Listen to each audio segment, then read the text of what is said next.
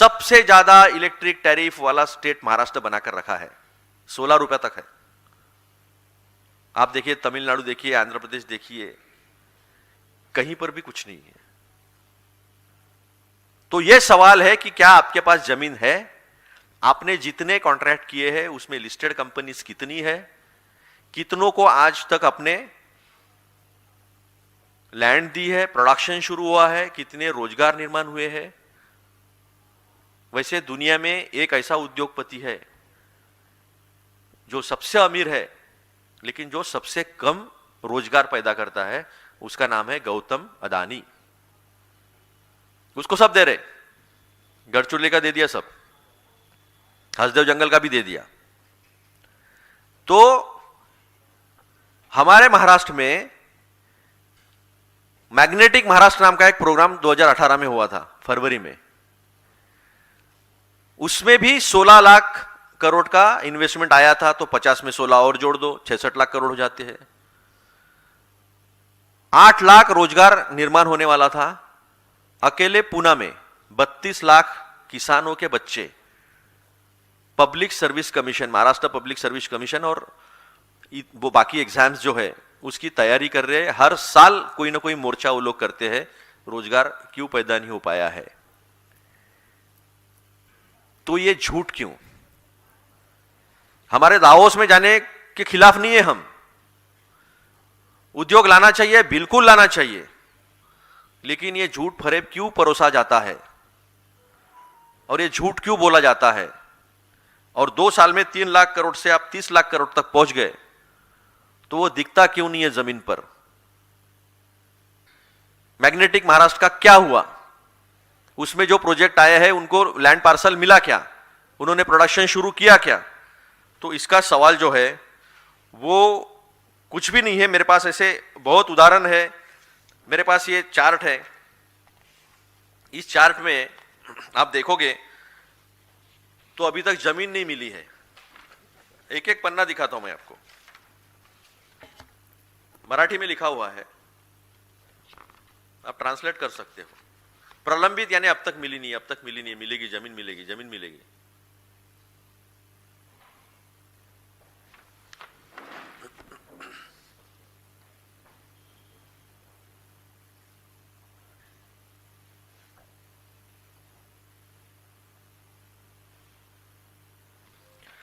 तो ये सब जो झूठ परोसा जा रहा है, क्या इनसे बड़ा प्रधानमंत्री के लायक कोई कैंडिडेट हो सकता है?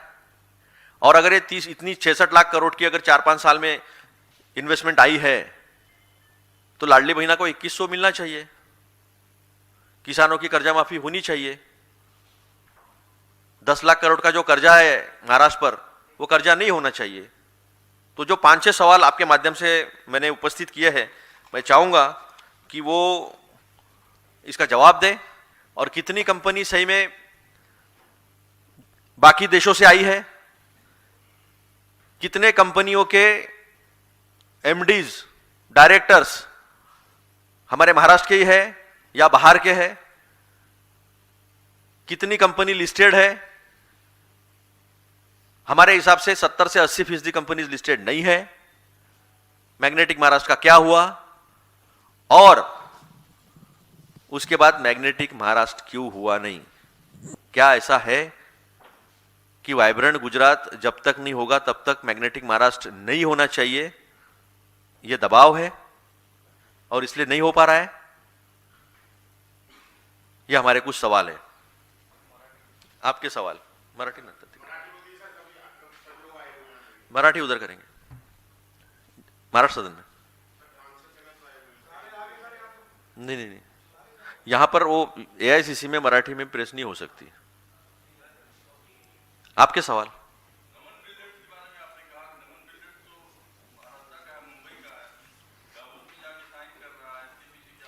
नहीं, ठीक है, वो डावोस में जाके साइन करे, न्यूयॉर्क में जाके साइन करे, हमें इन्वेस्टमेंट दिखाओ।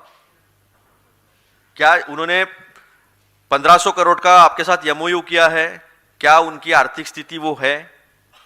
क्या वो रजिस्टर्ड है? हमें ये बताएं। एक सुयश अग्रवाल जी है, उन्होंने 100 करोड़ की उनकी कैपेसिटी है, और 4,000 करोड़ का उन्होंने एमओयू किया है, कंपनी रजिस्टर्ड नहीं है। देवेंद्र फडणवीस जी का कहना यह है कि जो इंटरव्यू उन्होंने एक चैनल को दिया उसमें उन्होंने कहा है कि 60% एफडीआई बाहर से आता, इसलिए हमें डावोस में आके एग्रीमेंट करना पड़ता है। वैसे तो हर हफ्ते कैबिनेट मीटिंग में लोढ़ा जी, मंगल प्रभात जी बाजू में ही बैठते हैं, तो वो वहां जाकर करे नहीं करे, फायदा हो देश को, महाराष्ट्र को फायदा हो, महाराष्ट्र इकोनॉमिक इंजन है देश का, लेकिन ये फरेब क्यों?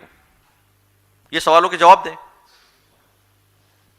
सर, इस सब्जेक्ट से अलग मेरा सवाल है। कल मनरेगा कार्यक्रम में राहुल गांधी की तस्वीर आई थी। शिवराज सिंह चौहान का एक ट्वीट है, उन्होंने कहा है कि जिस वक्त मनरेगा बिल संसद में पारित हो रहा था, पूरा देश देख रहा था और राहुल गांधी जो है विदेश के दौरे पे भ्रमण कर रहे थे, और यही कारण है कि राहुल गांधी और कांग्रेस पार्टी का पतन हो रहा है कि उनको चीजें पता नहीं होती और इस तरह का ढोंग जो है वो कांग्रेस पार्टी करती है। उन्होंने ट्वीट करके मैं आज केवल और केवल दावोस में जो खिलवाड़ हुआ है, जो झूठ फरेब परोसा गया है, उसकी ही बात करूंगा। इसके बारे में बाद में बात करेंगे। शिवराज सिंह का सच्चाई जो है वो कैग ने रख दी है सामने। मेरा सवाल ये आपसे कि जैसा आपने कहा कि महाराष्ट्र में बिजली सबसे ज्यादा महंगी है, 16 रुपए का शायद आपने जिक्र किया।